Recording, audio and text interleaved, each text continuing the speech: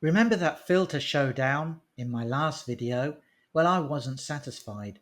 I went back out, doubled down on my imaging time, and stacked hours more data with all three filters. The results? Way more dramatic than I had expected, but it's not just about more data.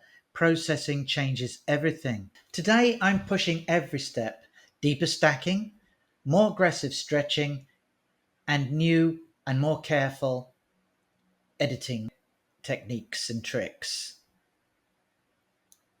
So which filter wins now? And what processing actually makes the difference? Let's dive in and find out. Last time we compared these three filters on the Tulip Nebula and got some surprising results. But I knew there was more to learn, so I kept imaging. Now with over double the data, I'm putting these filters through the ultimate test. Here's the setup. Celestron 130 SLT telescope, ASI 533 MC Pro camera, and all three filters, that is, if I count no filter as one of them. The second one was as well duoband narrowband filter, and the third one was my Optolong L Pro filter. Locked in for a marathon session. I spent several more nights under the stars, capturing hours of extra data for each filter and the no filter. Here's how much integration time we have now. Let's stack all that data and see how much the signal to noise improves. With more data, stacking should smooth out the noise and the images should be much cleaner, but processing is where the magic happens. Here's a standard stretch versus a more aggressive stretch. See how the details pop? I used heavy star reduction. Check out how it affects the nebula's visibility. Here's the original single night versus the new deeply stacked version for each filter. Let's zoom in, look at the difference in faint detail and background smoothness. Honestly, I was shocked. The filter that I thought was the best last time round didn't hold up with more data. Here's what surprised me the most. It really is a matter of personal taste, really. Do you want colors? Do you want contrast? Do you want details? I mean, astrophotography really is a game of creation and art.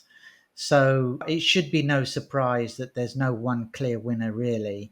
Although I probably prefer the narrowband or the L Pro. I think for emission nebula, the use one or the other depending on what you prefer.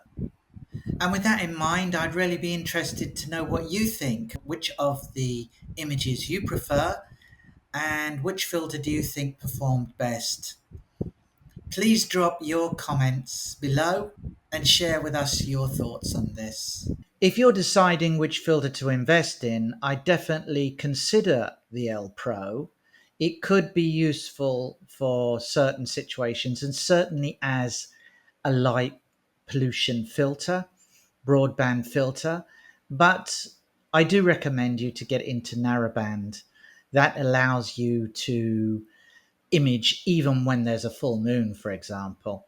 So there you have it, doubling the data and pushing the processing really changed the game.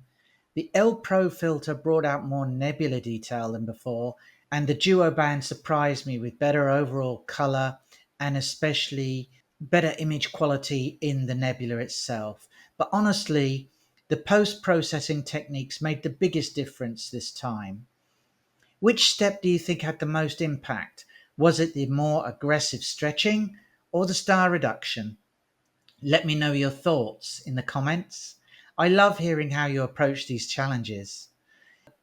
If you would like to see these filters tested on another target, I'm always up for a new experiment.